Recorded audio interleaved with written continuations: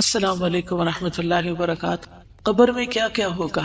ہم سب اپنے future house کے بارے میں امیجن کریں کہ ہم اس کو کس طرح تیار کر رہے ہیں۔ لڑکیوں کے لیے تو یہ بات سمجھنا مشکل نہیں، کیونکہ ہر لڑکی شادی کے خواب دیکھتی ہے اور پھر شادی کے بعد اگلا گھر اور نیا گھر بنانے کا سوچتی ہے، اور اس کی صفائی ستھرائی اور ڈیکوریشن اور اس کے لیے بہت ساری محنت۔ لیکن یاد رکھیے کہ صرف شادی کے بعد اگلا گھر نہیں ہوتا، اس سے اگلا گھر جو ہے، جو موت کے بعد ہم سب کو ملنے والا ہے، وہ بھی ایک گھر ہے۔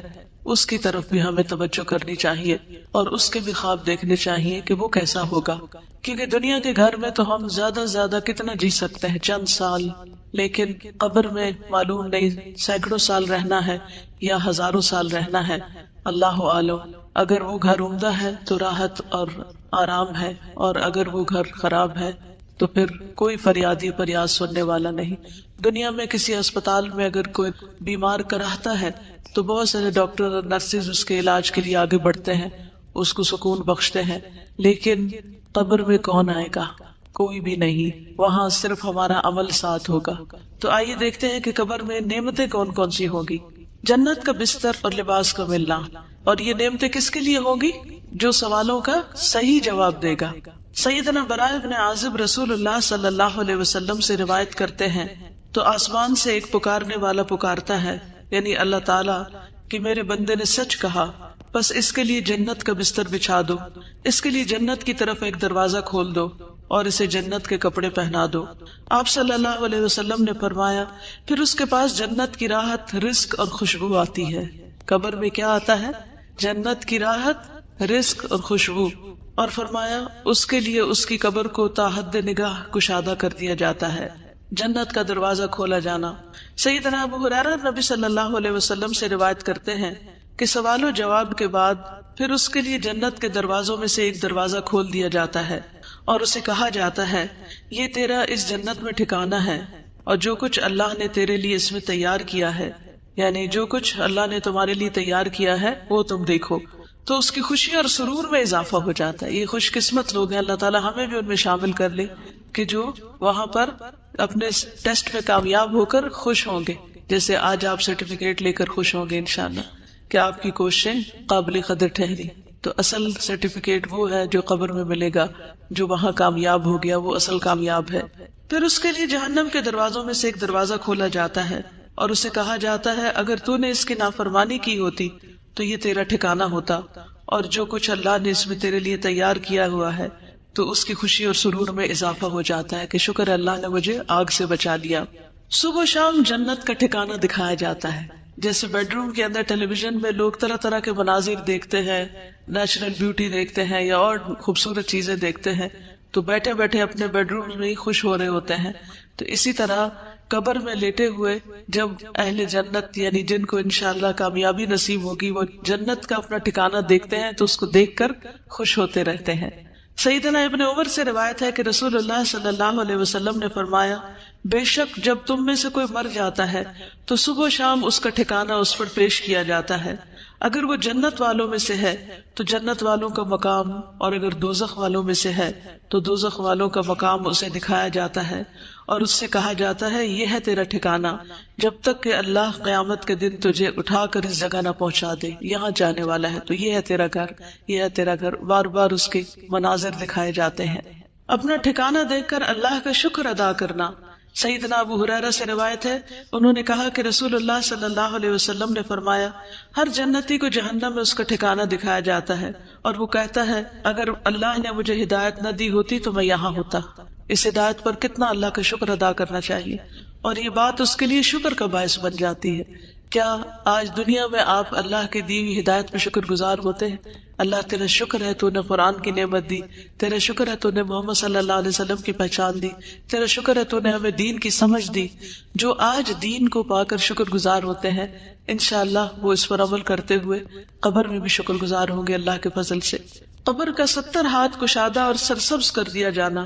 قتادہ کہتے ہیں کہ ہمیں یہ بات بتائی گئی کہ اس کے لیے اس کی قبر 70 ہاتھ کشادہ کر دی جاتی ہے اور اس کو اس دن تک سبزے اور خوشحالی سے بھر دیا جاتا ہے جب وہ لوگ اٹھائے جائیں گے، یعنی قبر کے اندر بھی ایک سبزہ ہوتا ہے اور قیامت تک اس کی قبر کے اندر یہی رہتا ہے۔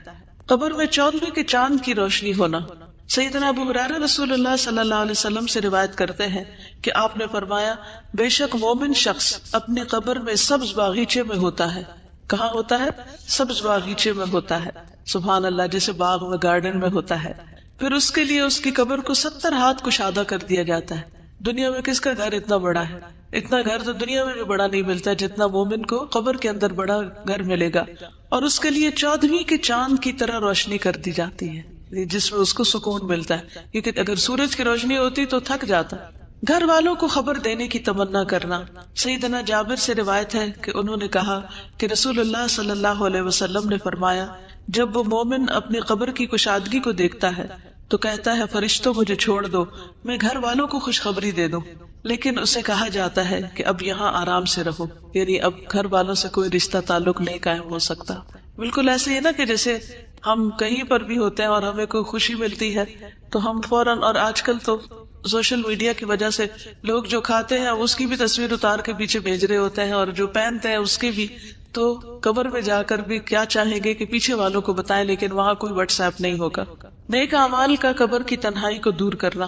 سیدنا براء ابن عازب نبی صلی اللہ علیہ وسلم سے روایت کرتے ہیں اور اس قبر میں کہ مومن کے پاس ایک خوبصورت چہرے، خوبصورت لباس اور انتہائی عمدہ خوشبو والا ایک شخص آتا ہے تو وہ کہتا ہے کہ اس چیز کی خوشخبری پاؤ جو تمہیں خوش کرے گی، یہ وہی تیرا دن ہے جس کا تم سے وعدہ کیا جاتا تھا. تو وہ اس سے پوچھتا ہے کہ تم کون ہو؟ تمہارا چہرہ خیر لایا ہے. تو وہ کہتا ہے میں تمہارا نیک عمل ہوں. سبحان اللہ. قبر میں کوئی ساتھ نہیں جائے گا لیکن نیک عمل ساتھ ہوگا. ہم سب اپنے قرآن پڑھنے کو دیکھیں، نمازوں کو دیکھیں، دعاؤں کو دیکھیں، لوگوں کے ساتھ خیر و بھلائی اور احسان کے کاموں کو دیکھیں کہ ہم کیا کیا کر رہے ہیں. اس پر وہ کہتا ہے اے میرے رب قیامت ابھی قائم کر دے. ابھی تو ڈر لگتا ہے نا کہ قیامت نہ آ جائے کہیں، تو وہ کہے گا ابھی قیامت قائم کر دے تاکہ میں اپنے اہل خانہ اور اپنے مال کی طرف واپس لوٹ جاؤں، تاکہ جا کے ان سے ملوں. یہ انسان کے اندر قدرتی ایک اٹریکشن ہوتی ہے اپنے گھر والوں سے ملنے کی. انسان دنیا میں کہیں بھی سیر و تفریح کر کے آئے لیکن جو مزہ اور لطف اس کو اپنوں کے اندر آتا ہے وہ کہیں نہیں آتا. تو وہاں بھی وہ کیا چاہے گا کہ میں اپنی اس خوشی کو اپنے گھر والوں کے ساتھ شیئر کروں. اور ایک روایت میں ہے اس کے پاس متشکل ہو کر، یہ شکل بنا کر ایک ایسا آدمی آتا ہے جس کا چہرہ انتہائی خوبصورت، کپڑے انتہائی خوبصورت، خوشبو بہت اچھی ہوتی ہے. آپ دیکھیں کہ کسی بھی ایسے شخص کی کمپنی میں آپ کا دل کتنا خوش ہو جاتا ہے. وہ کہتا ہے تو خوشخبری پا اس چیز کی جو تجھے خوش کرے. خوشخبری پا لے اللہ کی رضامندی اور باغات کی جن میں ہمیشہ کی نعمتیں ہیں. یہ تیرا وہ دن ہے جس کا تجھ سے وعدہ کیا جاتا تھا. تو وہ فوت شدہ شخص اس سے کہتا ہے تجھے بھی اللہ خیر کی بشارت دے. تو کون ہے؟ تیرا چہرہ خیر لایا ہے. تو وہ کہتا ہے کہ میں تیرا نیک عمل ہوں. اللہ کی قسم جو کچھ میں جانتا ہوں وہ یہ ہے کہ تو اللہ کی اطاعت میں بڑی جلدی کرتا تھا، یعنی نیکی کے کاموں میں آگے آگے ہوتا تھا، اور اللہ کی نافرمانی میں بہت ہی سست تھا، یعنی پیچھے ہوتا تھا، جھجکتا تھا، ڈرتا تھا. اللہ تجھے بہترین بدلہ دے. تو ہم اپنی قبر میں کیا چاہتے ہیں اس کے مطابق اپنے دنیا کے عمل درست کر لیں. صدقہ کا قبر کی آگ بجھانا. سیدنا عقبہ بن عامر سے روایت ہے انہوں نے کہا کہ رسول اللہ صلی اللہ علیہ وسلم نے فرمایا بے شک صدقہ کرنے والوں کی قبروں سے حرارت بجھاتا ہے. قبروں کی آگ اور گرمی صدقے سے بجھتی ہے، اور مومن روز قیامت اپنے صدقے کے سائے میں ہوگا. مومن قیامت کے دن صدقے کے سائے میں ہوگا. اس لیے چاہے ایک کھجور کا آدھا ٹکڑا ہی کیوں نہ اللہ کے راہ میں دے، دینے والے بنے. ہمیشہ دینے پر حرص رکھے، اور یاد رکھیے دینے والوں کو ملتا ہے. جو دیتا ہے اللہ تعالیٰ اس کو اس سے بھی زیادہ لوٹاتا ہے. اور قسم کھا کر یہ بات کہی گئی کہ صدقہ کرنے سے مال کبھی کم نہیں ہوتا. سیدنا ابو ہریرہ سے روایت ہے کہ رسول اللہ صلی اللہ علیہ وسلم نے فرمایا اس میت کے لیے اس کی قبر کی لمبائی اور چوڑائی میں 70 ہاتھ فراخ کر دی جاتی، کھلی کر دی جاتی ہے. پھر اس کے لیے اس میں روشنی کر دی جاتی ہے. پھر اسے کہا جاتا ہے کہ سو جاؤ. تو وہ کہتا ہے میں اپنے گھر والوں کی طرف لوٹ جاؤں تاکہ میں انہیں خبر دے دوں. تو وہ دونوں کہتے ہیں اس دلہن کی طرح سو جاؤ جسے کوئی نہیں جگاتا مگر وہ جو اس کو سب سے زیادہ پیارا ہوتا ہے، یہاں تک کہ اللہ اسے اس کی اس خوابگاہ سے اٹھائے گا. یعنی قیامت کے دن پھر وہ آرام سے اس نیند سے اٹھے گا. کتنی خوبصورت قبر ہے نیک عمل کرنے والوں کی. روح کا سبز پرندوں میں ڈالا جانا. سیدنا ابو ہریرہ نبی صلی اللہ علیہ وسلم سے روایت کرتے ہیں جسم کو اسی طرح لوٹا دیا جاتا ہے جیسے اس کی ابتدا ہوئی تھی، اور اس کی روح کو ایک پاکیزہ جسم میں ڈال دیا جاتا ہے جو کہ پرندے ہیں جو جنت کے درختوں کے ساتھ لٹکے ہوتے ہیں، یعنی یہ شہیدوں کا انجام ہے۔ شہداء کو گھر اور رزق ملنا۔ سیدنا ابن عباس سے روایت ہے، انہوں نے کہا کہ رسول اللہ صلی اللہ علیہ وسلم نے فرمایا، شہداء جنت کے دروازے پر موجود ایک نہر کے کنارے پر سبز رنگ کے خیمے میں رہتے ہیں، ان کی طرف ان کا رزق جنت سے صبح و شام آتا ہے۔ سبحان اللہ۔ جنت کا کھانا۔ ایک انصاری صحابی سے روایت ہے کہ ایک مرتبہ ہم لوگ رسول اللہ صلی اللہ علیہ وسلم کے ہمراہ ایک انصاری کے جنازے میں نکلے، اور میں اس وقت نوعمر تھا اور اپنے والد کے ساتھ تھا، تو رسول اللہ صلی اللہ علیہ وسلم قبر کے گڑھے کے کنارے بیٹھ گئے اور قبر کھودنے والے کو تلقین کرنے لگے کہ سر کی جانب سے اسے کشادہ کرو اور دونوں پاؤں کی طرف سے کشادہ کرو، البتہ اس کے لیے جنت میں انگور کے بہت سے خوشے ہیں۔ یعنی نبی صلی اللہ علیہ وسلم نے اس کے دفنانے سے پہلے ہی اس کے لیے خوشخبری دے دی۔ شہداء کی خصوصی مہمان نوازی۔ سیدنا مسروق سے روایت ہے، انہوں نے کہا کہ ہم نے عبداللہ بن مسعود سے اس آیت کے بارے میں سوال کیا، اور جنہیں اللہ کے راستے میں قتل کیا جائے انہیں مردہ گمان نہ کرو بلکہ وہ زندہ ہیں، اپنے رب کے پاس سے رزق دیے جاتے ہیں۔ تو انہوں نے کہا ہم بھی رسول اللہ صلی اللہ علیہ وسلم سے اس بارے میں سوال کر چکے ہیں، تو آپ صلی اللہ علیہ وسلم نے فرمایا ان کی روحیں سبز پرندوں کے پیٹ میں ہوتی ہیں، ان کے لیے ایسی قندیلیں ہیں جو عرش کے ساتھ لٹکی ہوئی ہیں، اور وہ روحیں جنت میں جہاں چاہیں کھاتی اور پھرتی رہتی ہیں، پھر ان قندیلوں میں واپس آ جاتی ہیں، یعنی جہاں سے جاتی ہیں۔ ان کا رب ان کی طرف جھانک کر دیکھتا ہے اور فرماتا ہے کیا تمہیں کسی چیز کی خواہش ہے؟ وہ عرض کرتے ہیں ہم کس چیز کی خواہش کریں، حالانکہ ہم جہاں چاہتے ہیں جنت میں کھاتے پھرتے ہیں۔ اللہ تعالیٰ ان سے اس طرح 3 مرتبہ فرماتا ہے، پھر جب وہ دیکھتے ہیں کہ انہیں کوئی چیز مانگے بغیر چھوڑا نہیں جائے گا تو وہ عرض کرتے ہیں اے رب، ہم چاہتے ہیں کہ تو ہماری روحیں ہماری جسموں میں لوٹا دے، یہاں تک کہ ہم تیرے راستے میں ایک مرتبہ پھر قتل کیے جائیں۔ پھر جب اللہ دیکھتا ہے کہ انہیں اب کوئی ضرورت نہیں تو انہیں چھوڑ دیا جاتا ہے، یعنی اللہ تعالیٰ ان کی اتنی کیئر کرتے ہیں۔ نیک اعمال کا ثواب پہنچتے رہنا۔ 3 قسم کے اعمال کا سلسلہ جاری رہنا۔ سیدنا ابو ہریرہ سے روایت ہے کہ رسول اللہ صلی اللہ علیہ وسلم نے فرمایا جب انسان فوت ہو جاتا ہے تو 3 اعمال کے سوا اس کے تمام اعمال کا سلسلہ منقطع ہو جاتا ہے، صدقہ جاریہ، یا وہ علم جس سے نفع اٹھایا جاتا رہے، یا نیک اولاد جو اس میت کے لیے دعا کرتی ہے، یہ مرنے کے بعد بھی نیکیوں میں اضافے کا سبب بنتے ہیں۔ اولاد کی دعا سے درجات بلند ہونا۔ سیدنا ابو ہریرہ سے روایت ہے، انہوں نے کہا کہ رسول اللہ صلی اللہ علیہ وسلم نے فرمایا بے شک اللہ عز و جل جنت میں نیک آدمی کا درجہ بلند فرمائیں گے تو وہ عرض کرے گا اے رب یہ درجہ مجھے کیسے حاصل ہوا؟ اللہ تعالیٰ فرمائیں گے تیری اولاد کا تیرے لیے استغفار کرنے کی وجہ سے۔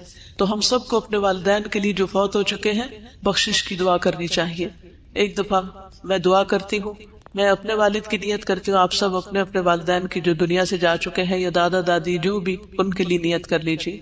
اللہم اغفر لہ وارحمہ وعافہ واعف عنہ واکرم نزلہ ووسع مدخلہ واغسلہ بالماء والثلج والبرد ونقہ من الخطایا كما ينقى الثوب الأبيض من الدنس اللهم أبدله دارا خيرا من داره وأهلا خيرا من أهله وزوجا خيرا من زوجه اللهم أدخله الجنة اللهم أدخله الجنة اللهم أدخله الجنة وأعذه من عذاب القبر ومن عذاب النار۔ جہاں اپنی بخشش کی دعا مانگا کرے وہاں اپنے والدین کی بخشش کی دعا بھی ضرور کیا کرے، کیونکہ اللہ سبحانہ وتعالیٰ کا فرمان ہے انشکر لی ولوالدیک، کہ میرا شکر ادا کرو اور اپنے والدین کا۔ تو والدین کا شکریہ صرف اس طرح ادا نہیں ہو سکتا کہ ہم انہیں کہیں آپ کا بہت شکریہ، آپ نے میں پیدا کیا یا میں پالا۔ شکر عمل سے ہوتا ہے، اور وہ عمل کیا ہے کہ ان کے لیے دعا کی جائے، ان کی طرف سے صدقہ خیرات کیا جائے۔ کوئی سوال؟ کیوں نہیں ٹھیک؟ مجھے یاد ہے میں بہت چھوٹی تھی اور میری والدہ نے یہ حدیث مجھے سنا دی تھی، ابھی میں نے ہوش نہیں سنبھالا تھا۔ ان کو تھوڑا سا پہلے آپ راہ ہموار کریں کہ دیکھیں ہم اس دنیا میں اللہ کی عبادت کے لیے آئیں، جہاں ایک طرف قبر میں نعمتیں ہیں وہاں دوسری طرف قبر میں عذاب بھی ہے۔ سیدہ عائشہ رضی اللہ تعالیٰ عنہ سے روایت ہے کہ ایک یہودی عورت ان کے پاس آئی، اس نے عذاب قبر کا ذکر کیا تو عائشہ رضی اللہ تعالیٰ عنہ سے کہا کہ اللہ آپ کو عذاب قبر سے پناہ میں رکھے۔ اس پر عائشہ رضی اللہ تعالیٰ عنہ نے رسول اللہ صلی اللہ علیہ وسلم سے عذاب قبر کے بارے میں پوچھا۔ آپ صلی اللہ علیہ وسلم نے فرمایا ہاں عذاب قبر حق ہے۔ عائشہ رضی اللہ تعالیٰ عنہ نے بیان کیا کہ پھر میں نے کبھی ایسا نہیں دیکھا کہ رسول اللہ صلی اللہ علیہ وسلم نے کوئی نماز پڑھی ہو اور اس میں عذاب قبر سے اللہ کی پناہ نہ مانگی ہو. یہ کون دعا کر رہا ہے؟ نبی صلی اللہ علیہ وسلم. یہ دعا کہاں پڑھی جاتی ہے کچھ پتا ہے آپ کو؟ تشہد کے بعد. اللہم انی اعوذ بک من عذاب القبر واعوذ بک من عذاب جہنم واعوذ بک من فتنۃ المسیح الدجال واعوذ بک من فتنۃ المحیا والممات. جہاں ہم رب جلنی پڑھتے ہیں نا، تو چاہے تو اس کی جگہ آپ پڑھ لیں، چاہے تو اس کے ساتھ پڑھ لیں، دونوں صورتیں کر سکتے ہیں. ٹھیک ہے؟ تو نبی صلی اللہ علیہ وسلم اس دعا کو ہمیشہ پڑھتے تھے. ہمیں بھی پڑھنی چاہیے اور قبر کے عذاب سے پناہ مانگنی چاہیے. نبی صلی اللہ علیہ وسلم اگر عذاب قبر سنوا دیتے تو لوگ دفن کرنا چھوڑ دیتے. سیدنا انس سے روایت ہے کہ نبی صلی اللہ علیہ وسلم نے فرمایا، اگر مجھے یہ ڈر نہ ہوتا کہ تم لوگ اپنے مردوں کو دفن کرنا چھوڑ دو گے تو میں اللہ سے دعا کرتا کہ وہ تمہیں قبر کا عذاب سنا دے. جانوروں کو عذاب کی آوازیں آنا. سیدنا ابن مسعود سے روایت ہے کہ آپ صلی اللہ علیہ وسلم نے فرمایا، بے شک مردوں کو ان کی قبروں میں عذاب دیا جاتا ہے یہاں تک کہ یقیناً جانور ان کی آوازیں سنتے ہیں. سیدنا زید بن ثابت سے روایت ہے کہ انہوں نے کہا کہ نبی صلی اللہ علیہ وسلم اپنے گدھے پر سوار ہو کر بنو نجار کے باغ میں جا رہے تھے اور ہم بھی آپ کے ساتھ تھے کہ اچانک وہ گدھا بھدک گیا. قریب تھا کہ وہ آپ کو نیچے گرا دے، یعنی ایک دم سرکش ہو گیا. دیکھا تو وہاں 6 یا 5 یا 4 قبریں تھیں. آپ صلی اللہ علیہ وسلم نے فرمایا، کیا کوئی ان قبر والوں کو جانتا ہے؟ تو ایک آدمی نے عرض کیا کہ میں جانتا ہوں. آپ نے فرمایا، یہ لوگ کب مرے تھے؟ اس آدمی نے عرض کیا، یہ لوگ شرک کی حالت میں مرے. تو آپ صلی اللہ علیہ وسلم نے فرمایا، بے شک ان لوگوں کو ان کی قبروں میں عذاب ہو رہا ہے. اگر مجھے یہ خیال نہ ہوتا کہ تم لوگ اپنے مردوں کو دفن کرنا چھوڑ دو گے تو میں اللہ سے دعا کرتا کہ وہ تمہیں بھی قبر کا عذاب سنا دے جسے میں سن رہا ہوں. پھر آپ صلی اللہ علیہ وسلم نے اپنے چہرے کا رخ ہماری طرف کیا اور فرمایا، تم لوگ آگ کے عذاب سے اللہ کی پناہ مانگو. انہوں نے یعنی صحابہ نے عرض کیا، ہم آگ کے عذاب سے اللہ کی پناہ مانگتے ہیں. پھر آپ صلی اللہ علیہ وسلم نے فرمایا، تم قبر کے عذاب سے اللہ کی پناہ مانگو. انہوں نے صحابہ نے عرض کیا، ہم قبر کے عذاب سے اللہ کی پناہ مانگتے ہیں. پھر آپ نے فرمایا، تم ہر قسم کے ظاہری اور باطنی فتنوں سے اللہ کی پناہ مانگو. انہوں نے عرض کیا، ہم ہر قسم کے ظاہری اور باطنی فتنوں سے اللہ کی پناہ مانگتے ہیں. آپ نے فرمایا، تم دجال کے فتنے سے اللہ کی پناہ مانگو. انہوں نے صحابہ نے عرض کیا، ہم دجال کے فتنے سے اللہ کی پناہ مانگتے ہیں. یہاں سے یہ بھی پتہ چلتا ہے کہ نبی صلی اللہ علیہ وسلم کی جو تعلیم تھی وہ سچویشنل بھی ہوتی تھی. جس وقت جو سچویشن پیش آتی اس کے مطابق لوگوں کو تعلیم دیتے. کیا آپ شادی کے مجلس میں یہ کتاب لے جائیں گی؟ کیا خیال ہے؟ شادی والے دن شادی والے گھر میں یہ کتاب سنائیں گی؟ نہیں. نبی صلی اللہ علیہ وسلم نے صحابہ کو قبر وغیرہ کے بارے میں کس وقت بتایا؟ جب وہ قبریں دیکھی انہوں نے، ان حالات یعنی اس موقع کی مناسبت سے. جہنم کا دروازہ کھلنا اور حرارت اور گرم ہوا کا اندر آنا. سیدنا براء بن عازب رسول اللہ صلی اللہ علیہ وسلم سے روایت کرتے ہیں، اور اس کے لیے آگ یعنی غیر مومن کے لیے آگ کی طرف سے ایک دروازہ کھول دیا جاتا ہے. آپ صلی اللہ علیہ وسلم نے فرمایا، تو اس کی حرارت اور گرم ہوا اس کے پاس آتی ہے. فرمایا، اور اس پر اس کی قبر اتنی تنگ کر دی جاتی ہے یہاں تک کہ اس کی پسلیاں ایک دوسرے میں پیوست ہو جاتی ہیں، یعنی آپس میں چڑ مڑ جاتی، جیسے یہ انگلیاں ایک دوسرے کے اندر چلی جاتی ہیں، ہڈی پسلی ٹوٹ جاتی. سیدنا ابو ہریرہ سے روایت ہے، کہتے ہیں کہ رسول اللہ صلی اللہ علیہ وسلم نے فرمایا، ہر جہنمی اپنا ٹھکانہ جنت میں دیکھتا ہے تو وہ کہتا ہے، کاش اللہ مجھے ہدایت دے دیتا. تو یہ بات اس کے لیے حسرت کا باعث بن جاتی ہے. یعنی لوگ جہنم دیکھ کے قبر میں کیا تمنا کریں گے، کیا کہیں گے، کاش مجھے دنیا میں ہدایت مل جاتی. آج لوگ ہدایت کی طرف نہیں آنا چاہتے، ہم ان کے لیے کڑتے ہیں، لیکن کل وہ اپنے لیے خود پریشان ہوں گے. تو اللہ کا شکر ہے جس نے ہمیں اس راستے کی ہدایت دی. اللہ تعالی ہمیں اس پر استقامت عطا فرمائے، اس پر قائم رکھے اور ہمیں قبر کے عذاب سے محفوظ رکھے. جہنم سے لباس اور بستر آنا اور آگ کی طرف دروازہ کھلنا. سیدنا براء بن عازب رسول اللہ صلی اللہ علیہ وسلم سے روایت کرتے ہیں، غیر مومن کے جواب پر آسمان سے ایک منادی آواز لگاتا ہے کہ اس نے جھوٹ بولا، اس کے لیے آگ کا بستر بچھا دو اور آگ کا لباس پہنا دو اور اس کے لیے آگ کی طرف دروازہ کھول دو. زمین کا باہم مل جانا اور پسلیوں کا ایک دوسرے میں گھس جانا. سیدنا ابو ہریرہ سے روایت ہے، کہتے ہیں کہ رسول اللہ صلی اللہ علیہ وسلم نے فرمایا، بس زمین کو حکم دیا جاتا ہے کہ اس پہ مل جا، یعنی تنگ ہو جا، تو وہ زمین اس پر مل جاتی ہے تو اس کی پسلیاں ایک دوسرے میں پیوست ہو جاتی ہیں. پھر وہ شخص اسی عذاب میں مبتلا رہے گا یہاں تک کہ اللہ اسے اس کی اس جگہ سے اٹھا دے گا. یعنی تھوڑی دیر بھی جگہ تنگ ہو تو ہمارا دل گھبرانے لگتا ہے. کوئی کمرہ تنگ ہو، تنگی میں ہم کتنے پریشان ہوتے ہیں. تو آپ سوچئے کہ غیر مومن کے لیے کافر یا منافق کے لیے قبر تنگ ہوگی اور اسی تنگی میں وہ رہے گا جیسے جیل خانے میں ہو۔ سیدنا ابو ہریرہ نبی صلی اللہ علیہ وسلم سے روایت کرتے ہیں کہ نبی صلی اللہ علیہ وسلم نے فرمایا، اور بے شک کافر کے پاس جب اس کے سر کی طرف سے آیا جاتا ہے تو وہاں کوئی چیز موجود نہیں ہوتی، پھر اس کی دائیں طرف سے آیا جاتا ہے تو وہاں کوئی چیز موجود نہیں ہوتی، پھر اس کی بائیں طرف سے آیا جاتا ہے تو کوئی چیز موجود نہیں ہوتی، پھر اس کے دونوں پاؤں کی طرف سے آیا جاتا ہے تو وہاں کوئی چیز موجود نہیں ہوتی، یعنی کوئی عمل نہیں ہوتا۔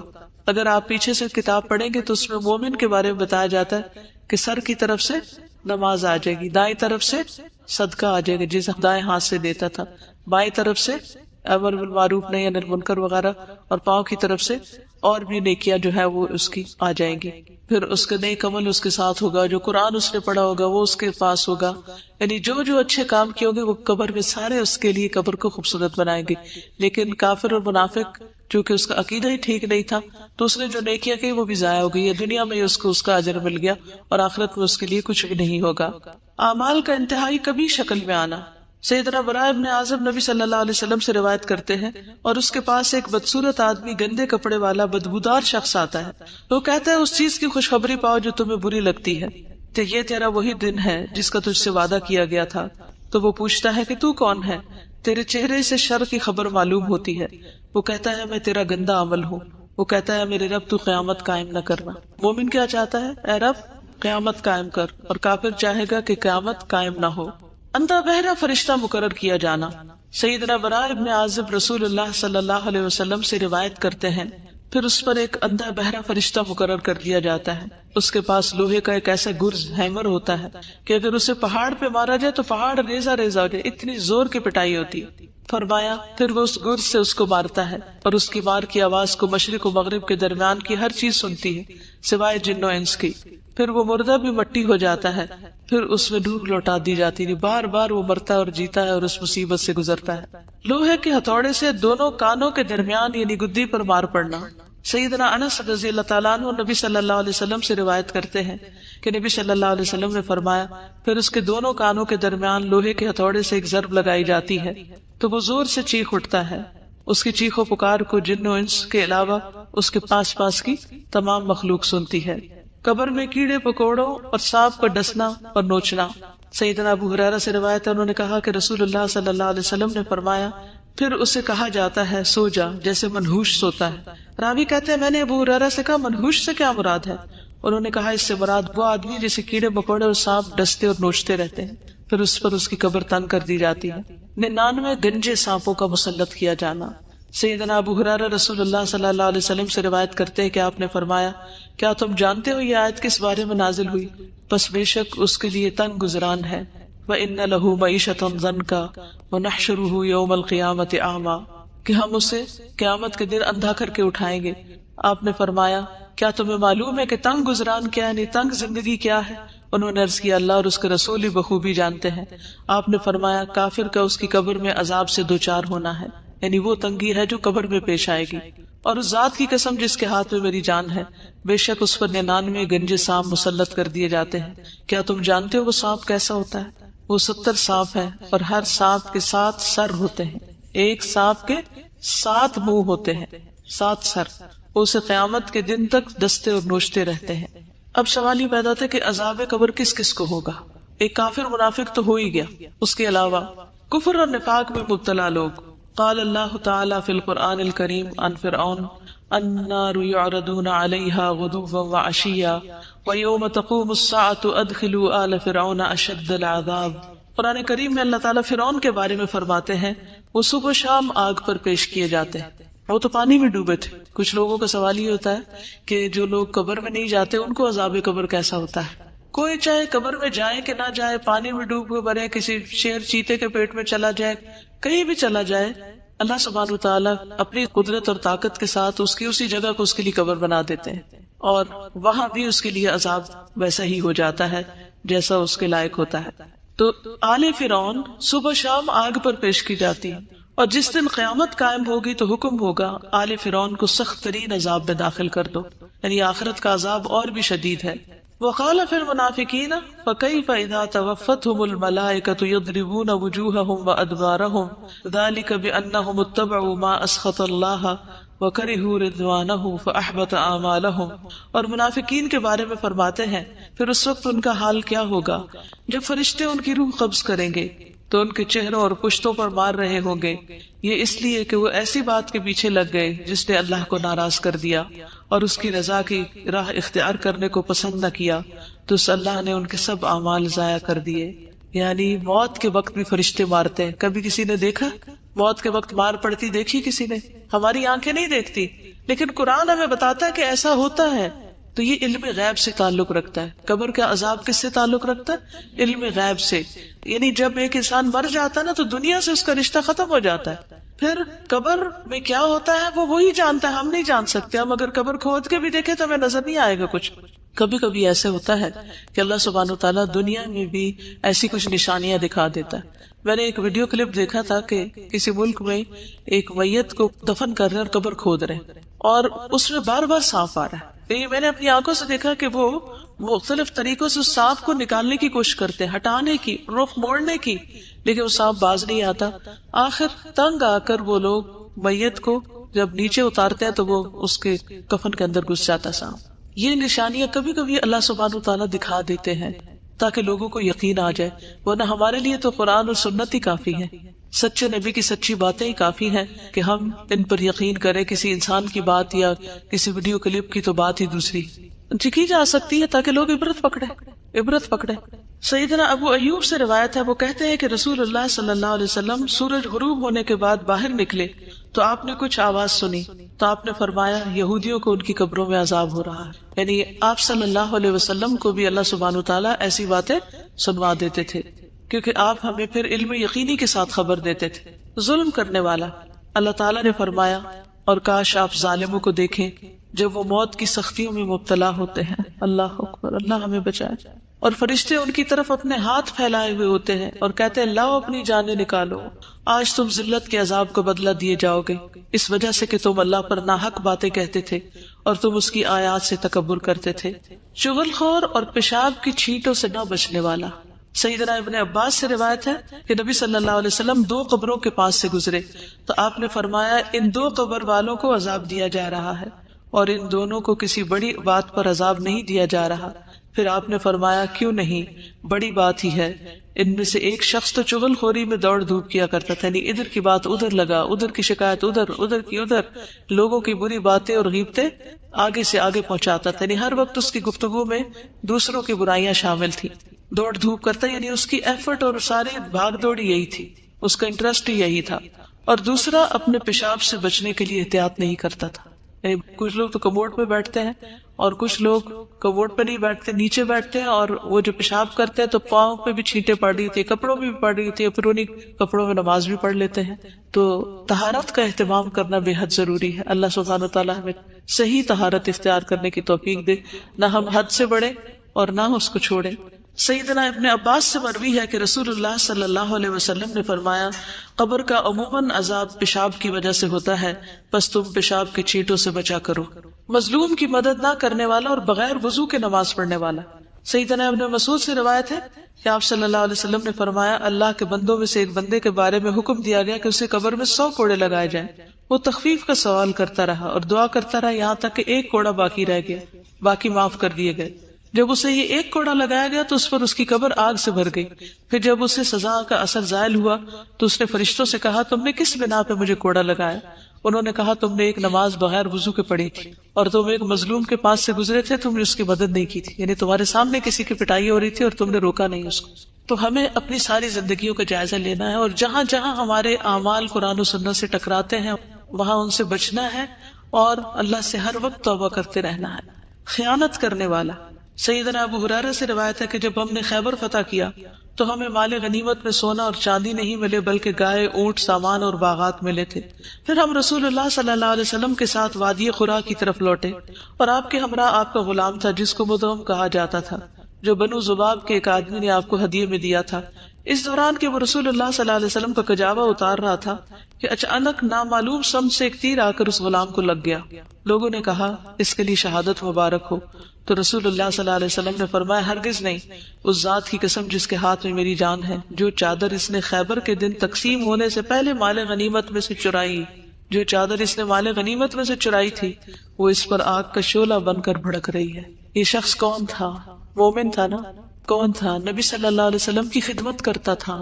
اتنا بڑا اعزاز اس کو حاصل تھا، لیکن اس کے ساتھ اس نے ناسمجھی کی وجہ سے کیا کیا؟ چادر چوری کر لی بیت المال میں سے.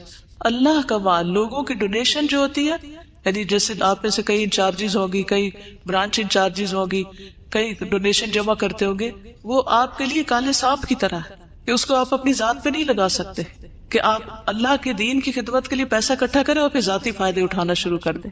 یہ اپنی آخرت عاقبت خراب کرنے کے برابر ہے. ایک سوئی دھاگا بھی اس میں سے نہیں لینا چاہیے.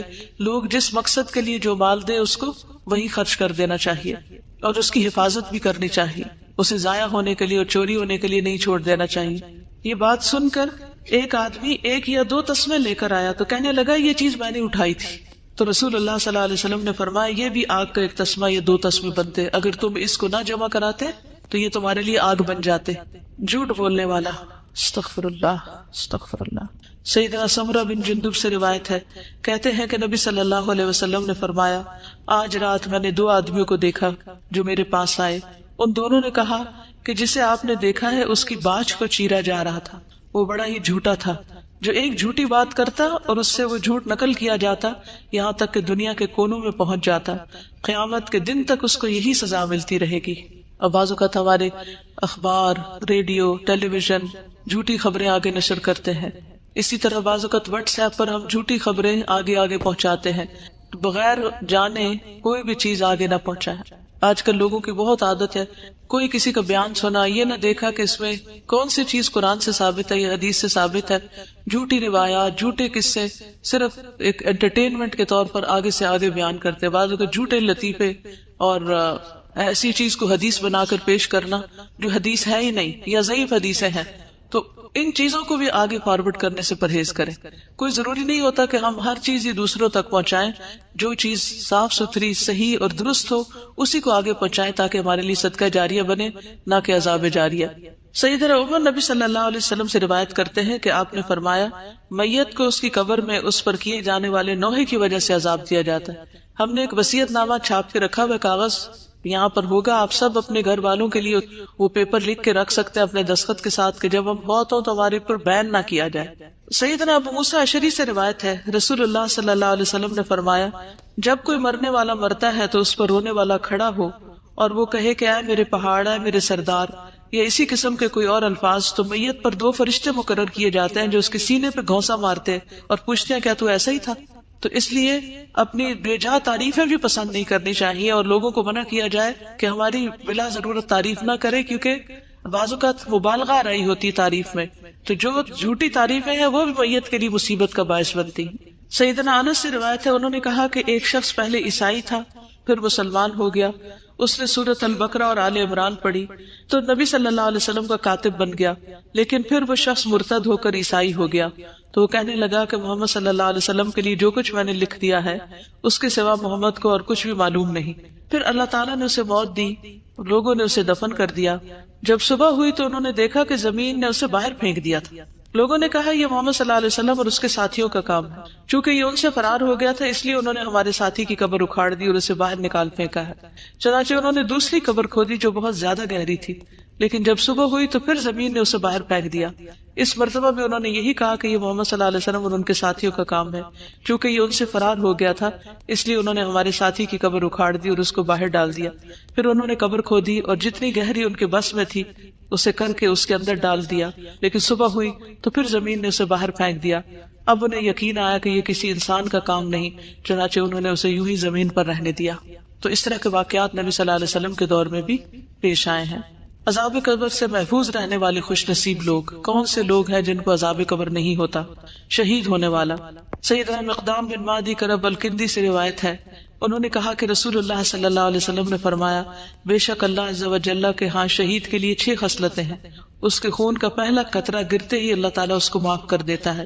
جنت میں اسے اس کا ٹھکانہ دکھا دیا جاتا ہے, اسے ایمان کا حلہ پہنایا جاتا ہے, حور عین سے اس کا نکاح کر دیا جاتا ہے, اسے عذاب قبر سے محفوظ کر دیا جاتا ہے, اسے فضا اکبر بڑی گھبراہٹ سے محفوظ کر دیا جاتا ہے, اس کے سر پر وقار کا تاج رکھا جاتا ہے جس کا ایک ایک یاقوت دنیا و مافیہا سے بہتر ہوگا.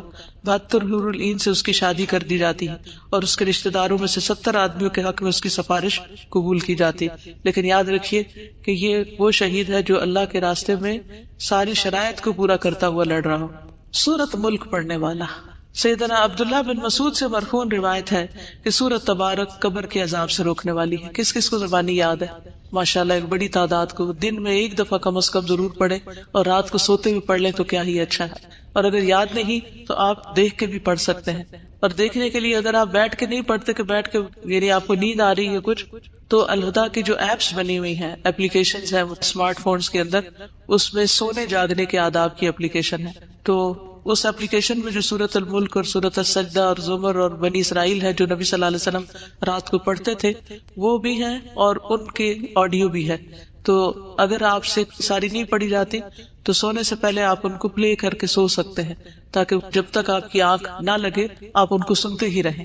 یعنی کوشش کرنی چاہیے کہ جتنا پڑھ سکے پڑھے, لیکن اگر ہمت نہ ہو تو جتنا سن سکے اتنا سن بھی لے. لیکن سورۃ ملک تو کم از کم اپنے منہ سے بول کے پڑھے, اسے صرف سننے پر اکتفا نہ کریں. پیٹ کے مرض سے فوت ہونے والا. سلیمان بن سرد اور خالد بن اطرفہ بیٹھے ہوئے تھے کہ ایک ایسے شخص کا ذکر کیا گیا جو پیٹ کی بیماری سے مرا. تو ان میں سے ایک نے دوسرے سے کہا, کیا تم نے یہ بات نہیں سنی یا تمہیں یہ بات نہیں پہنچی کہ رسول اللہ صلی اللہ علیہ وسلم نے فرمایا جو شخص پیٹ کی بیماری میں مبتلا ہو کر مرے اسے ہرگز عذاب قبر نہیں ہوگا. دوسرے نے کہا کیوں نہیں. یعنی یہ بھی ایک اچھی علامت ہے. سرحد کی حفاظت کرنے والا. سیدنا سلیمان نبی صلی اللہ علیہ وسلم سے روایت کرتے ہیں کہ آپ نے فرمایا ایک دن اور ایک رات سرحد پر پہرا دینا ایک مہینے کے روزوں اور اس کے قیام سے افضل ہے.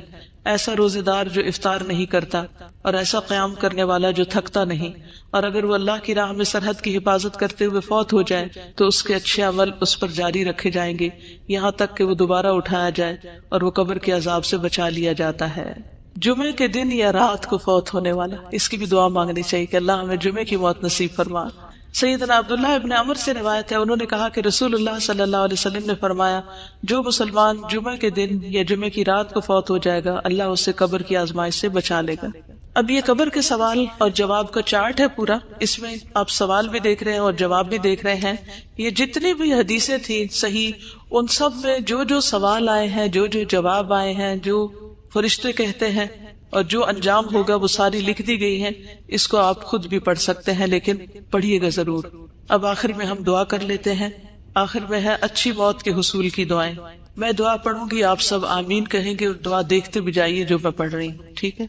سبحان اللہ والحمد للہ ولا الہ الا اللہ واللہ اکبر ولا حول ولا قوة الا باللہ العلی العظیم. فاطر السماوات والارض انت ولی فی الدنیا والآخرہ توفنی مسلما والحقنی بالصالحین. ربنا افرغ علینا صبرا وتوفنا مسلمین. ربنا فاغفر لنا ذنوبنا وکفر عنا سیئاتنا وتوفنا مع الابرار. رب هب لي حكما والحقني بالصالحين. اللهم توفنا مسلمين واحينا مسلمين والحقنا بالصالحين غير خزايا ولا مفتونين. اللهم ارزقني شهادة في سبيلك واجعل موتي في بلد رسولك صلى الله عليه وسلم. اللهم بعلمك الغيب وقدرتك على الخلق احيني ما علمت الحياة خيرا لي وتوفني اذا علمت الوفاة خيرا لي. اللهم اصلح لي ديني الذي هو عصمة امري واصلح لي دنياي التي فيها معاشي واصلح لي آخرتي التي فيها معادي واجعل الحياة زيادة لي في كل خير واجعل الموت راحة لي من كل شر. اے اللہ بے شک میں تیری پناہ لیتا ہوں مکان کے نیچے دب کر مرنے سے, اور میں تیری پناہ لیتا ہوں اوپر سے نیچے گر کر ہلاک ہونے سے, اور میں تیری پناہ لیتا ہوں ڈوب کر مرنے سے اور جلنے سے اور آزاد بوڑھا ہو جانے سے, اور میں تیری پناہ لیتا ہوں اس سے کہ شیطان مجھے موت کے وقت بدحواس کر دے, اور اس بات سے تیری پناہ لیتا ہوں کہ میں تیرے راستے میں پیٹھ پھیر کر مروں, اور اس بات سے تیری پناہ لیتا ہوں کہ زہریلے جانور کے ڈسنے سے میں مر جاؤں. اے اللہ بے شک میں تجھ سے نیکیاں کرنے اور برائیوں کو ترک کر دینے کا سوال کرتا ہوں، اور جب تو لوگوں کو فتنے میں مبتلا کرنے کا ارادہ کرے اور میں ان میں موجود ہوں تو مجھے فتنے سے بچا کر اپنے پاس بلا لینا۔ عذاب قبر سے حفاظت کی دعائیں۔ اللہم انی اعوذ بک من عذاب القبر ومن عذاب النار ومن فتنة المحیا والممات ومن فتنة المسیح الدجال۔ اے اللہ بے شک میں قبر کے عذاب سے، آگ کے عذاب سے، زندگی اور موت کے فتنے سے اور مسیح دجال کے فتنے سے تیری پناہ لیتا ہوں۔ اے اللہ بے شک میں کاہلی، شدید بڑھاپے، بزدلی، بخل، دجال کے فتنے اور قبر کے عذاب سے تیری پناہ لیتا ہوں۔ اے اللہ جبرائیل اور میکائیل کے رب اور اسرافیل کے رب، میں آگ کی تپش اور قبر کے عذاب سے تیری پناہ لیتا ہوں۔ اے اللہ یقیناً میں سستی سے، بہت زیادہ بڑھاپے سے، گناہ سے، قرض سے، قبر کی آزمائش سے، قبر کے عذاب سے، آگ کی آزمائش سے اور آگ کی عذاب سے تیری پناہ لیتا ہوں۔ اے اللہ یقیناً میں جہنم کے عذاب سے اور قبر کے عذاب سے اور زندگی اور موت کے فتنے سے اور مسیح دجال کے فتنے کے شر سے تیری پناہ لیتا ہوں۔ اے اللہ بے شک میں کفر، فقر اور قبر کے عذاب سے تیری پناہ لیتا ہوں۔ اے اللہ بے شک میں قبر کے عذاب اور قبر کی آزمائش سے تیری پناہ لیتا ہوں۔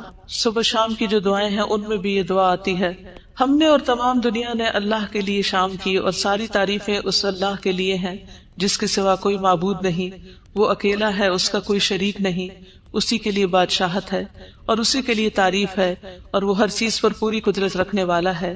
اے اللہ میں تجھ سے اس رات کی بھلائی کا سوال کرتا ہوں اور اس رات کے شر سے اور اس کے بعد کے شر سے تیری پناہ لیتا ہوں۔ اے اللہ بے شک میں سستی اور بڑھاپے کی برائی سے تیری پناہ لیتا ہوں۔ اے اللہ بے شک میں آگ میں عذاب اور قبر میں عذاب سے تیری پناہ لیتا ہوں۔ میت کی بخشش کی دعا تو ہم پہلے کر چکے ہیں۔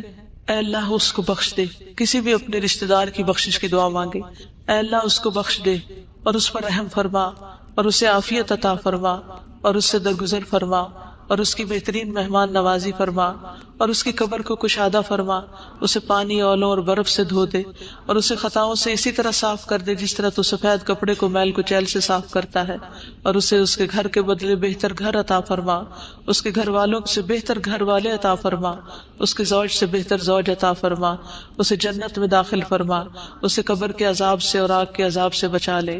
میت کے لیے فتنہ قبر سے بچنے کی دعا، یعنی کسی بھی جو آپ کے رشتہ دار قبر میں ہے ان سب کی نیت کر کے یہ دعا کریں۔ اللہم ان فلان ابن فلان فی ذمتک فقہ فتنۃ القبر، بچے کو عذاب قبر سے محفوظ رکھنے کی دعا۔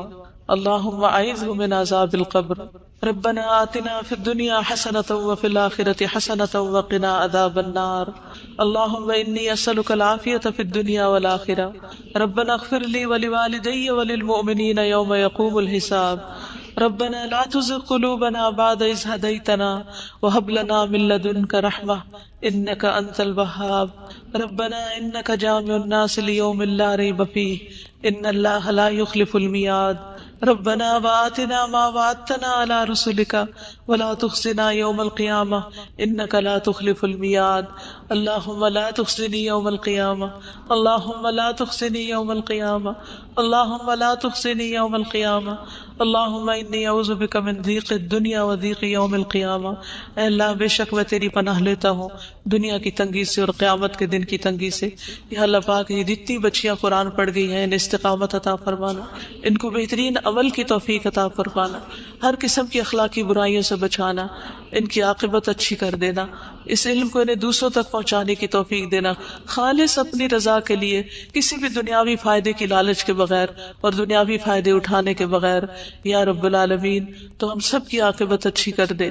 یا اللہ یہ جو تیرا پیغام آگے پہنچایا ہے، اللہ یہ مشن، یہ سلسلہ جاری رہے، تو اس کی حفاظت فرما، تو اس کے بہترین وارث پیدا فرما دے۔ یا رب العالمین تو ہماری کوتاہیوں سے درگزر فرما، اللہ ہمیں ہماری برائیوں سے بچا۔ یا رب العالمین تو ہمیں قبر کے عذاب سے، جہنم کے عذاب سے اور مسیح دجال کے فتنے سے محفوظ رکھنا۔ یا اللہ ہمارے والدین پر اپنی رحمت فرما، جو بیمار ہیں انہیں صحت عطا فرما، جو دکھی ہیں ان کے دکھ دور فرما دے۔ یا اللہ جس نے بھی جس دعا کے لیے کہا ہے ان کی دعائیں قبول فرما۔ یا اللہ جنہوں نے پڑھایا، جنہوں نے پیپر چیک کیے، جنہوں نے سرٹیفکیٹس بنائے، جنہوں نے مجلس کا